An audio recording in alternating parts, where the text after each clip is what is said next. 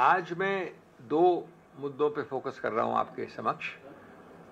एक तो है चुनाव आयोग का जो रवैया रहा है, विरोध का, झिझक का, विलंब का और रेजिस्टेंस करने का हर कदम पे बिहार की एसआईआर एक्सरसाइज के विषय में। और दूसरा, ये दुर्भाग्य की बात है कि कुछ प्रतिशोध की भावना से, कुछ गुस्से की भावना से जो व्यक्ति ये मुद्दे उठाता है चुनाव आयोग के विषय में, पवन खेरा जी, जिनसे आप सब परिचित हैं, उनके ऊपर इस प्रकार का प्रहार करना, उनको एक प्रकार से एक अभियुक्त बनाना, आरोपित करना, बिना उनसे कोई भी तथ्य पूछे हुए इत्यादि। तो मैं इन दो मुद्दों पे आपको संक्षेप में हिंदी और इंग्लिश में बात करके बताऊंगा। तो दोस्तों, जहाँ तक बिहार का सवाल है, मेरा मुख्य जो बिंदु है वो ये नहीं है बताना कि क्या हुआ। भैया ये ठीक करिए इसको,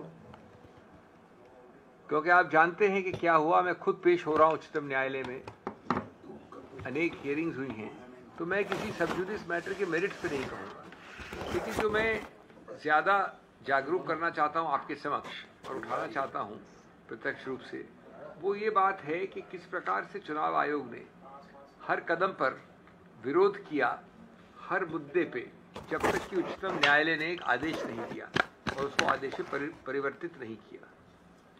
ये क्यों है कि एक सांविधानिक संस्था जिसका अधिकार क्षेत्र है, जिसका उत्तरदायित्व है कि वो सांविधानिक मूल्यों को आगे बढ़ावा दे, उसको इसकी आवश्यकता क्या है कि कोर्ट कचहरी उसे आदेश दे। स्वतः बिना आदेश के उन्होंने ऐसे कई कदम क्यों नहीं उठाए बिहार के विषय में? क्या बातें हैं वो? पहला तो ये कि उन्होंने शुरुआत से स्टेक होल्डर्स को, लोगों को किसी रूप से वार्तालाप में, एंगेजमेंट में नहीं रखा और ये नहीं बताया कि 2003 में जो बिहार की एक्साइज हुई थी वो संसद के चुनाव के 1 वर्ष पहले शुरू हुई थी और असेंबली के चुनाव के 2 वर्ष पहले। इस बार अचानक जून के अंत में जो उन्होंने प्रक्रिया शुरू की, बिना किसी चेतावनी, सूचना, बिना हर पक्ष को वार्तालाप में लिए हुए उन्होंने क्यों शुरू किया, ये आज तक हमको उन्होंने बताया नहीं है। उनको ये भी मालूम है कि महाराष्ट्र में और अरुणाचल में, पहले की बात है, 2003 की भी बात है, इसी मुद्दे पे एसआईआर एक्सरसाइज स्थगित की गई थी कि चुनाव अभी निकट भविष्य में होने वाले हैं, जैसे कि बिहार में 4 महीने में होने वाले थे, जून में। तो जिस कारणों से उन्होंने पहले ये नहीं किया, वो क्यों किया है, इसका हमको अभी तक रहस्य नहीं बताया गया है। दूसरा, उन्होंने एक पूरी सूची दी कि क्यों, कैसे, कब, किस प्रकार से एसआईआर होगी बिहार में। उस सूची में बहुत सारे दस्तावेजों के नाम लिखे और रोचक है कि उस दस्तावेज का नाम लिखा ही नहीं, उसको हटा दिया लिस्ट से। जो सबसे ज्यादा प्रचलित है, सबसे ज्यादा प्रमाणित है, आधार।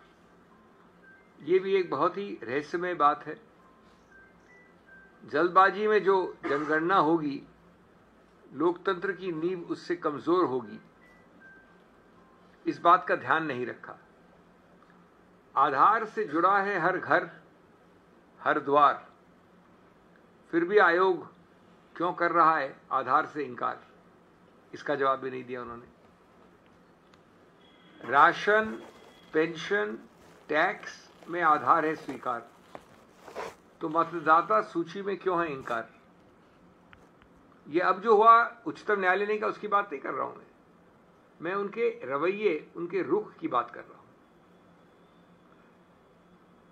तीसरा बिंदु यह है कि जब 65 लाख वोटर प्रस्तावित हटाए गए तो उस वक्त उन्होंने कोई कारण नहीं दिया और उच्चतम न्यायालय ने आदेश दिया, 4 आदेश उच्चतम न्यायालय के, 10 जुलाई, 14 अगस्त, 22 अगस्त और अभी हाल का 8 सितंबर। जैसा मैंने कहा, मैं भी उसका अगुवाई कर रहा हूं। लेकिन जब तक 8 सितंबर 2025 को उच्चतम न्यायालय ने ये नहीं कह दिया कि हमने 3 पहले आदेश दिए थे। पहले हमने एक सुझाव के रूप से कहा था, बाद में हमने बार बार कहा लेकिन आप ये नहीं कर रहे हैं कि आधार को हम स्वीकार करेंगे, इसलिए हमको आज विवश होना पड़ता है ये कहने के लिए कि हमारा आदेश आप परिवर्तित करिए अपने एक सर्कुलर में, अपने एक एडमिनिस्ट्रेटिव ऑर्डर में। ये उन्होंने कहा है 8/9 को। ये दुर्भाग्य की बात है। हम उच्चतम न्यायालय की बात नहीं करें, क्या उन्होंने कहा, उनका तो कहना बाध्य है, कोई विकल्प नहीं रहता उसके बाद। लेकिन आपने अपने आप क्यों नहीं किया? जून से जुलाई से कम 3 आदेश हो गए हैं, आपने क्यों नहीं किया? ये मूल मुद्दा है। उल्टा ये बड़ी एक दुर्भाग्यपूर्ण स्थिति प्रसंग बाहर आया कि उच्चतम न्यायालय के 3 आदेश के बाद, आखिरी वाला 8 सितंबर के, उसके पहले 22 अगस्त और 14 अगस्त के हैं, जब कुछ इलेक्टोरल ऑफिसर्स ने आधार स्वीकार किया तो उनको शो कॉज नोटिस हो गया। ये बात नहीं है उच्चतम न्यायालय के आदेशों की जिसमें आपका कोई भी ऑप्शन नहीं है, ये बात है आपके स्वतः सुशासन की, स्वतः एक संवैधानिक संरक्षक के रूप में अपना उत्तरदायित्व निभाने की।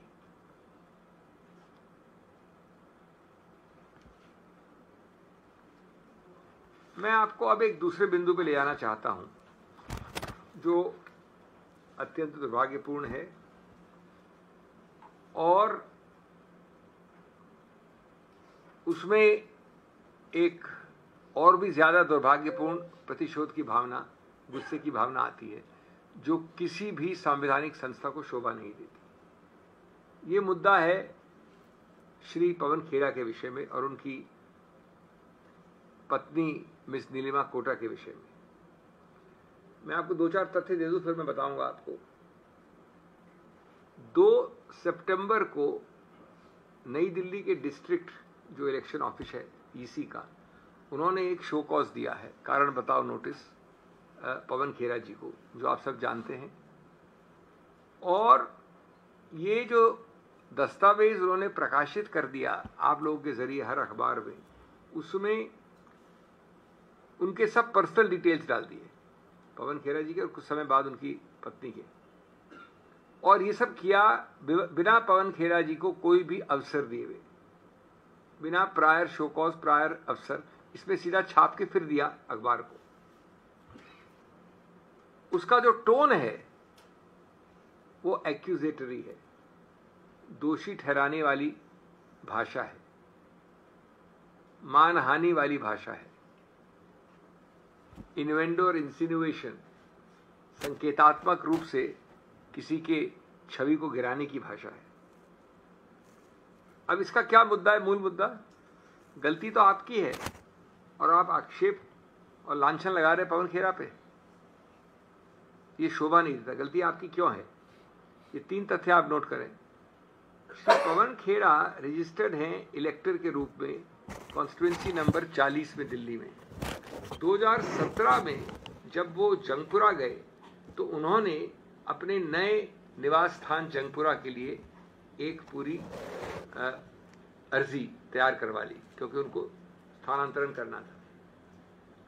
उसके बाद रूल 13 है रजिस्ट्रेशन ऑफ इलेक्टर्स रूल्स में, उसमें एक फॉर्म 6 है, फॉर्म 6 और रूल 13 होता है स्थानांतरण के लिए। उन्होंने वो भरकर इलेक्टोरल रजिस्ट्रेशन ऑफिसर जो जंगपुरा का है उसको दे दिया। उसमें उनके पुराने वाले जो ये दूसरी कॉन्स्टिट्यूएंसी के 40 में थे, उसके सब डिटेल्स डिस्क्लोज कर दिए कि पहले मैं यहां था, अब मैं यहां आ गया हूं। और इन्होंने इस दस्तावेज के आधार पर उनको जंगपुरा में डाल दिया, परिवर्तित कर दिया। उसमें उस अर्जी में जो एक्नॉलेज्ड है, जो स्वीकृत है, उसमें पुरानी कॉन्स्टिट्यूएंसी, पुरानी एरिया का सब तथ्य दिए हुए हैं। रिसीट की तारीख है इनके पास 18 अगस्त 2017 की, जब उन्होंने फॉर्म 6 दिया। साल याद रहे 2017, बात खत्म। 2017 से आज कितने साल हो गए? 8 साल हो गए। अभी 1 साल में 6 महीने में पवन खेड़ा जी कुछ ज्यादा मौखिक हो गए हैं। क्यों हो गए मौखिक? उनका काम ये है वो एक प्रवक्ता हैं, वो कम्युनिकेशन डिपार्टमेंट एक राजनीतिक पार्टी का उसमें सक्रिय हैं। वो अगर वो जनहित के मुद्दे नहीं उठाएंगे इस पोडियम से, जैसे हम लोग सब उठाते हैं, तो उनका क्या काम है? उन्होंने उठाया बिहार पे, उन्होंने उठाया चुनाव आयोग पे, उन्होंने उठाया महाराष्ट्र पे, उन्होंने उठाया और कई मुद्दे जो हम चुनाव आयोग के विषय में उठा रहे हैं। आप गलत सही पे नहीं जाइए, आप उसको अस्वीकार करें, उनसे नहीं माने, उनसे सहमति नहीं, उसकी बात नहीं हो रही है। जब ये मुद्दे उठाते हैं 3 महीने से, तो जो 8 साल पुरानी कहानी है जिसका एक्नॉलेजमेंट स्वीकृति की तारीख है 18 अगस्त 2017,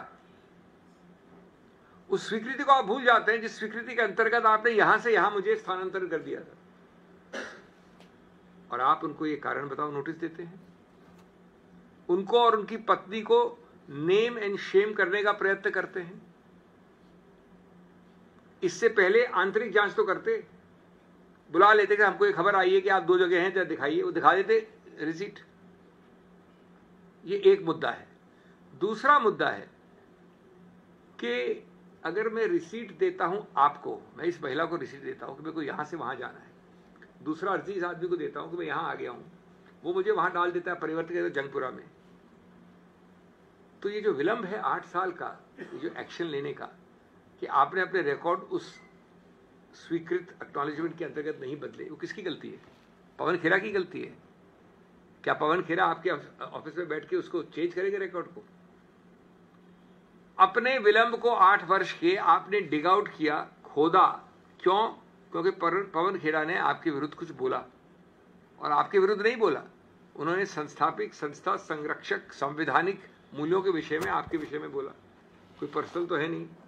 तो आपने इसको एक गड़े मुर्दे को निकाल कर बिना कागजों को देखे हुए उन पे आक्षेप लगाने शुरू कर दिए। देखिए, ये मैं अपेक्षा कर सकता हूं राजनीतिक पार्टी से, होनी नहीं चाहिए वहां भी, लेकिन मैं समझ सकता हूं वहां भी जस्टिफाइड नहीं है कि प्रतिशोध की भावना, गुस्से की भावना से अपने राजनीतिक प्रतिद्वंदी पर आक्रमण करें, लेकिन ये किसी संवैधानिक संस्था से तो शोभा नहीं देता, और कम से कम आंतरिक जांच तो कर ली होती।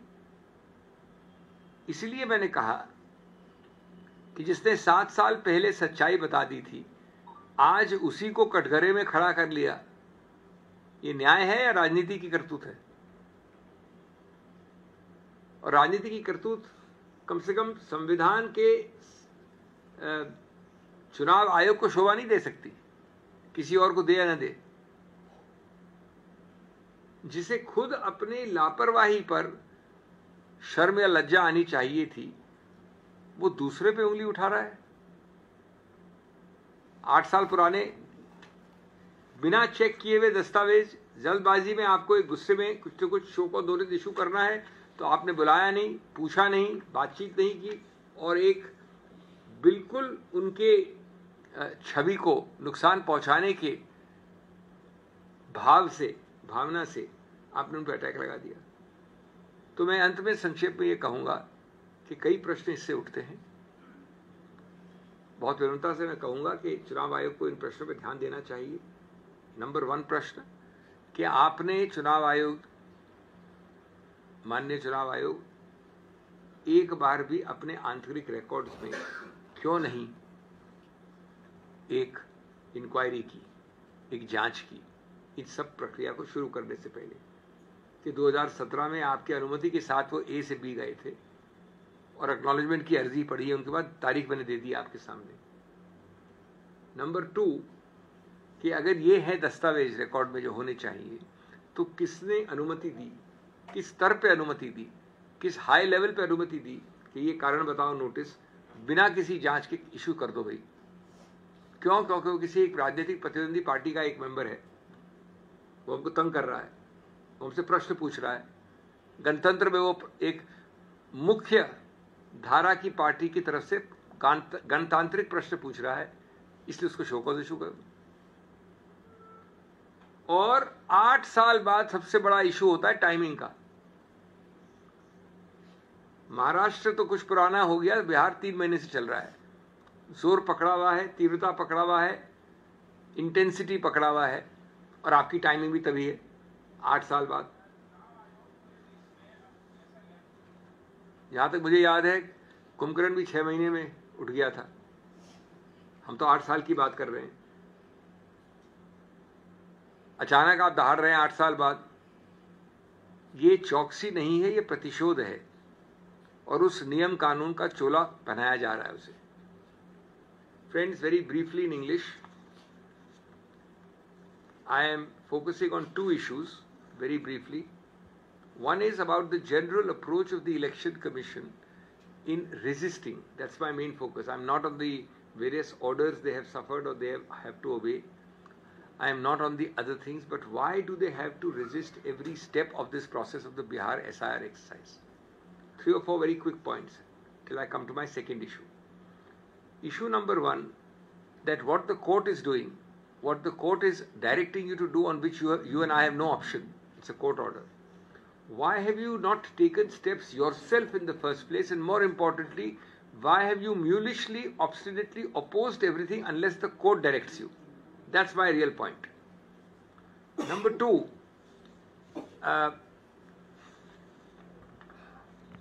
did they give us any remote justification or reason till now as to why suddenly, with 4 months left in July for the elections in Bihar, this exercise was undertaken? In 2003, Bihar had a similar exercise. That was 1 year before parliamentary and 2 years before assembly elections. That is 24 months and 12 months. This time it is 4 months. In Maharashtra and in Arunachal Pradesh in 2003, the same time when they had Bihar, they postponed it, saying the election around the corner. Bihar is 1 year away, we can do Bihar, but not Arunachal and Maharashtra. I'm talking about 2003. Does the principle apply today or not? Have they given any reason till now? Secondly, when they issued this detailed list of documents, what led them in a detailed 11 number list to exclude Aadhaar? Is it not almost a joke that when you sneeze, when you look this side, when you look that side, anything you do, go to the toilet, you need Aadhaar card. And when you do such a big exercise, you exclude the card. Third, when 65 lakh voters were excluded, 4 orders have been passed by the Supreme Court till now. 10th of July, 14th of August, 22nd of August, and the most recent 8th of September. Why did the court have to reach a stage on 8th September when they had to say that we have passed several earlier orders? We have made it clear that we recommend first. They use the kinder, softer word recommend. Thereafter, we have passed orders again and again. Why are you not implementing it? And then this time on 8th September, they were forced to pass an order that you please EC issue a official circular that it shall be implemented. The court was told that far from implementing, there was this absurd situation on the ground that a few electoral officers who had called for Aadhaar cards were issued show-cause notice by the Election Commission. Is there an explanation of this conduct? I am not concerned about you following the Supreme Court order. At the end, you are obliged to, you have no option. Is this the kind of conduct a custodian of the Constitution, a protector of democracy and level playing field has to do? Then, it took the highest court to remind the highest commission. It took the highest court to remind the highest commission that inclusion, not exclusion, is the cornerstone of free and fair elections. What does it take to remind you that elections are about building trust, not compiling mistrust in the name of revision? These are elementary things. Democracy, friends, cannot be run on deadlines tighter than drumskins. A rushed SIR is a recipe for mass exclusion, not mass participation. All these are self-evident truths unless your mind is already made up for another object. Let me turn to the other issue briefly, that relating to Mr. Pawan Khera of the Congress Party, who speaks to you from this podium frequently, and his wife, Ms. Nilima Kota. The issue is simple. but the conduct and the thinking behind the conduct is deplorable. On 2nd of September 25, that is a week 10 days ago, a show cause so-called was issued to Mr. Pawan Khera. The show cause made several imputations, innuendos, insinuations, accusatory in tone and nature, impinging on the defamatory, about supposedly having two cards, the so-called epic or voting cards. Now, let me give you 2 or 3 facts and then tell you my comments or my questions. This great election commission, which is managing 7 to 8 crore electors and lists in Bihar, did not have the time to find out in its own records for one man and his wife, for 2 people. I wonder what is going to happen to Bihar records if this kind of negligence takes place there. The record shows that Pawan Khera was registered in a constituency number 40 in New Delhi. He wanted to change to 41, which is Jangpura, where he lives currently, or where he was shifting at that time. He therefore is entitled to change his name, transpose or transfer his name. He applies under a form called 6, which is your prescribed form, Mr. Election Commission. Form 6 comes under Rule 13. In that form, he discloses that I am living earlier in 40, I now want to go to 41 Jangpura. That form is filed with the EC and is receipted on 18/8/17, Form 6. Fortunately, he has a copy of that receipt. Now, pursuant to this application, he is shifted to Jangpura. When is all this happening, sir? Middle of 2017. Only 8 years ago. Rip Van Winkle is the only person who slept more than Kumkaran. I believe Rip Van Winkle slept for 20 years. Is the EC trying to emulate his record by sleeping for 8 years? When Pawan Khera, in the discharge of his duties as a responsible member of the main political party in this country, in the opposition, which has a leader of the opposition, speaks against the EC, especially in the recent past, because it involves Bihar, Maharashtra, etc., etc. Look at the timing. 8 years later, suddenly this notice comes. That's question 1. What were you doing for these 8 years? 2. This reeks of a sense of vendetta and anger. I can understand this from a political party, though I can't condone it, I can't justify it. But how can I understand it from a custodian of the Constitution? There can be no element of animus or irresponsibility or anger. Third, did you not have the wherewithal, the restraint, the decency, the fairness to do a small little internal inquiry? If he can find out these records, and if you have the guts to say that your records are false, then you must also have the guts to check up your receipt in 2017. Mr. Khera writes in 2017 to correct the record. The commission sleeps for 7 years and now awakens to its own vendetta-prone nightmare. Calling this an offence is like blaming a passenger who rang the alarm bell 8 years ago, but the guard never pulled the brakes 8 years ago. The guard is pulling the brakes now, supposedly. 7 years of silence, 8 years of silence, and suddenly they roar like Rip Van Winkle lecturing about punctuality. So these are basic questions which arise in the interests of accountability, constitutional propriety, constitutional protection of level playing field and democracy from the highest commission on this subject in this country, and it does not behove or is completely inapposite conduct on the behalf of such a commission. Thank you.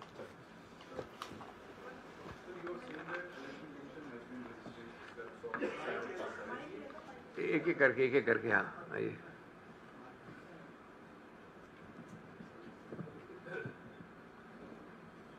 Sir, you are saying that Election Commission has been resisting steps of SIR exercise unless court directions, court interventions didn't came. So Congress party has been continuously raising questions on the Commission's credibility. So in such a scenario, as a legal expert of this country, sir, how confident are you that upcoming elections, Bihar elections, are going to be transparent? See, in a democracy, we can only try. In a democracy, I can't put my hand inside your mouth and pull out your tongue. Whatever democratic methods are available, I am representing not the Congress alone, but PUCL. I am representing not the Congress alone, but a coalition of 7 other parties. Now, in a democracy, if these people bona fide are standing up, and if my demands, remember, prior to July, we went many times to the Election Commission. I myself led delegations there. Nothing happened. So the court is the last resort. That's my whole point here. In the court itself, it has taken 1.5 months. You are not prepared to obey the orders. Almost 2 months, in fact. My point is not about Election Commission, me or the court. My point is totally different, that why this resistance? If you are an objective, independent constitutional commission, you should do it yourself. Why do you need 4 orders? The 4th order is very telling, 8th of September. It says that we have given you 3 earlier orders, since you have not converted it into directions. Now you, the Election Commission, please issue a circular putting our order in your direction. Why should it be necessary to do that in good governance? That's the point I am raising. Sir, Election Commission is planning to do SIR in all over India.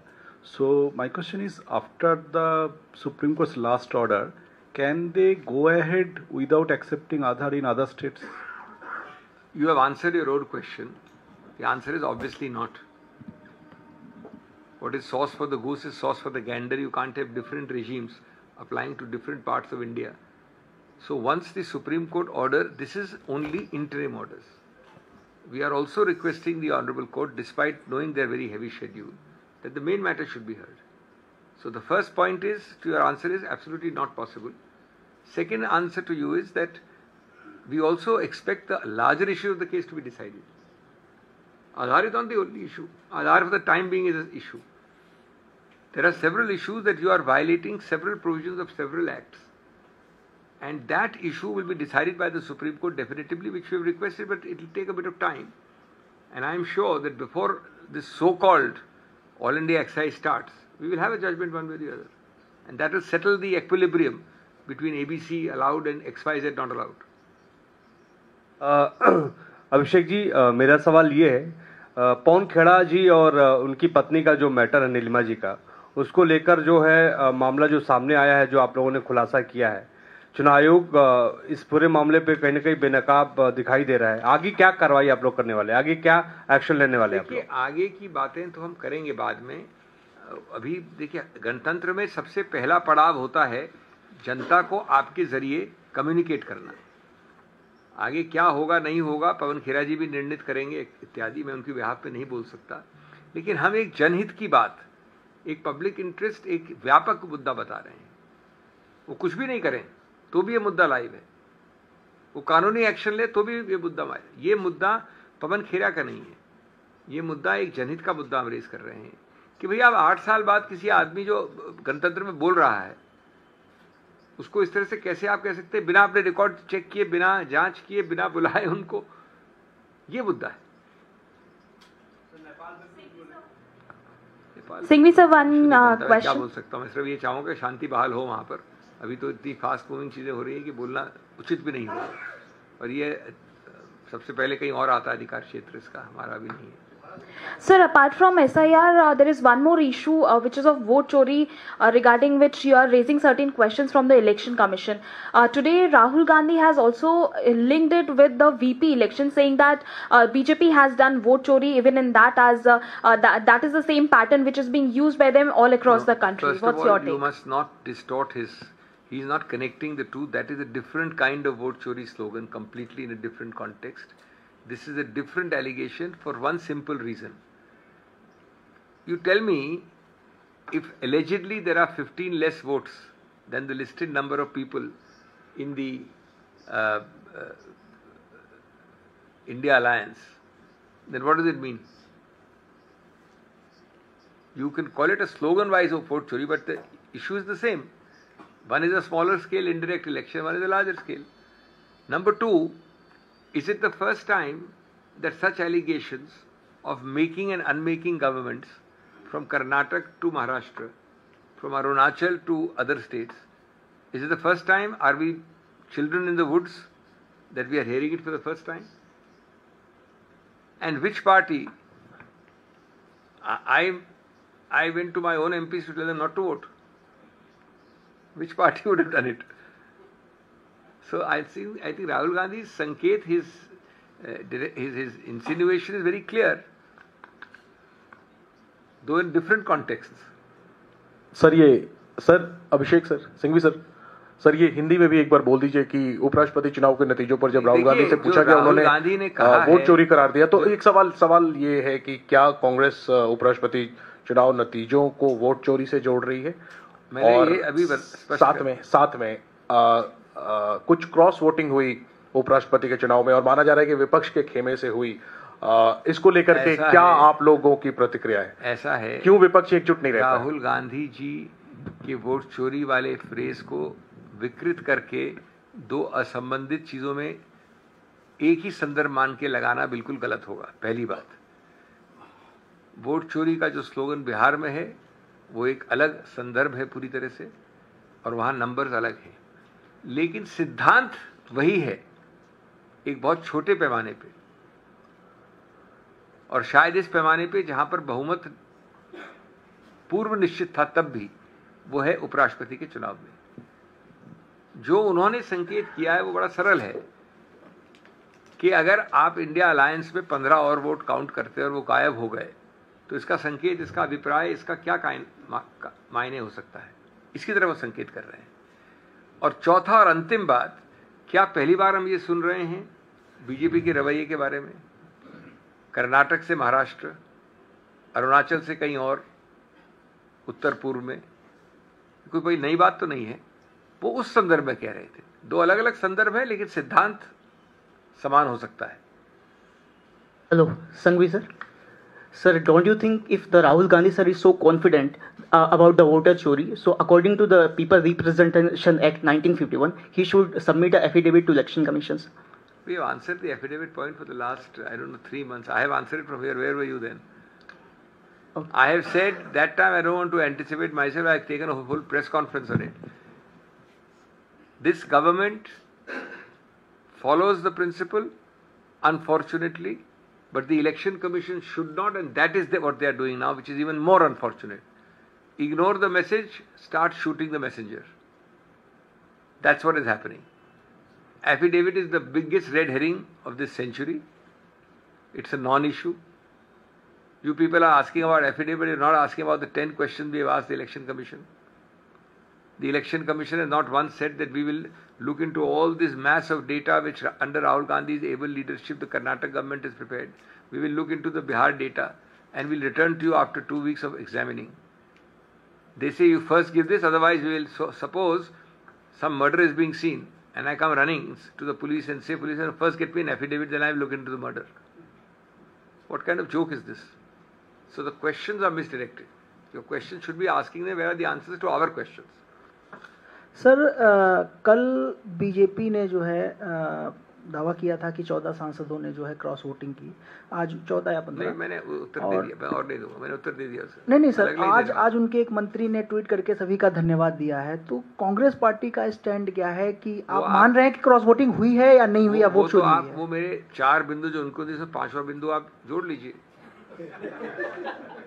आप खुद ही कह रहे हैं कि स्वीकृत कर रहे हैं वो लोग जिन्होंने क्रॉस वोटिंग करवाई, तो जो मैंने कहा उसको प्रमाणित कर रहे हैं आप, वो भी प्रमाणित कर रहे हैं, वो भी प्रमाणित कर रहे हैं। स्टैंड क्या, मैंने 5 स्टैंड दे दिए ना आपको, 5 बिंदु दे दिए, 5वां तो आपने ऐड करवाया। हाँ, आपका कोटा डबल हो गया। चलिए सर, क्या चुनाव आयोग से आप ये कहेंगे कि इस मामले पर पवन खेड़ा और उनकी पत्नी वाले मामले पर माफी मांगे? देखिए, माफी तो उनको हमारे बिना बोले ही मांग लेनी चाहिए थी। आज औपचारिक रूप से मैंने कहा है, तो मैं आशा और विश्वास करूंगा कि वो करें ये। लेकिन मुझे लगता नहीं बिल्कुल भी कि होने वाला है। संवैधानिक रूप से आपका प्रश्न एकदम सही है, लेकिन आजकल के वातावरण में और जो कुछ देख रहे हैं आप, उसमें ये एक अनरियल लगता है सुन के। होना बिल्कुल चाहिए, आप वजह फरमा रहे हैं, लेकिन मुझे आशा विश्वास होने के बावजूद मुझे लगता नहीं कि होगा।